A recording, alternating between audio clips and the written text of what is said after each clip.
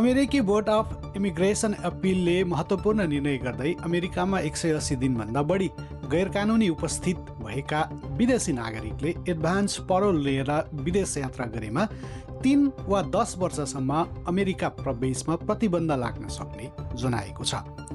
नयाँ निर्णयले 2012 देखि कायम रहेको पुरानो कानुनी व्याख्या परिवर्तन गरेको हो। अब एडभान्स परोल प्रयोग गरेर विदेश गएको यात्रुलाई पनि कानुनी रूपमा अमेरिकाबाट भएको प्रस्थान मानिनेछ।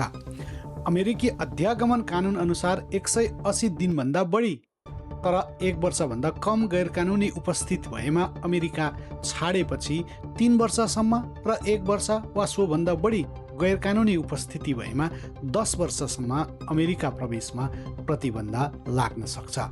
यसले भिजा, पुनः प्रवेश तथा ग्रीन कार्ड प्रक्रियामा असर पर्न सक्ने जनाएको छ। उसो भए एडभान्स परोल भनेको के हो त?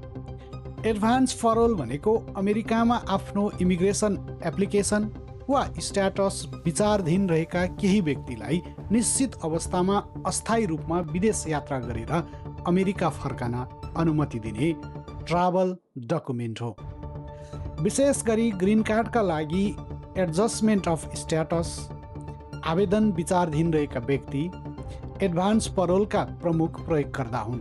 त्यसै गरी केही डिएससिए रिसिपिएन्ट, एसएलएम एप्लिकेन्ट तथा टिपिएस बेनिफिसरीहरूले पनि आफ्नो परिस्थिति अनुसार विदेश यात्रा गर्न सम्बन्धित ट्राभल अथोराइजेसन प्रयोग गर्न सक्छन्। तर एडभान्स परोल भएको भन्दैमा अमेरिका फर्कने ग्यारेन्टी भने हुँदैन। त्यसैले विगतमा 180 दिनभन्दा बढी अनलफुल प्रेजेन्ट भएका व्यक्ति एडभान्स परोल लिएर विदेश जानुअघि आफ्नो इमिग्रेसन हिस्ट्री र व्यक्तिगत अवस्थाबारे अनुभवी वा आफ्नो इमिग्रेसन एटर्नीबाट बुझेर मात्र यात्रा गर्न सुझाव दिएको छ।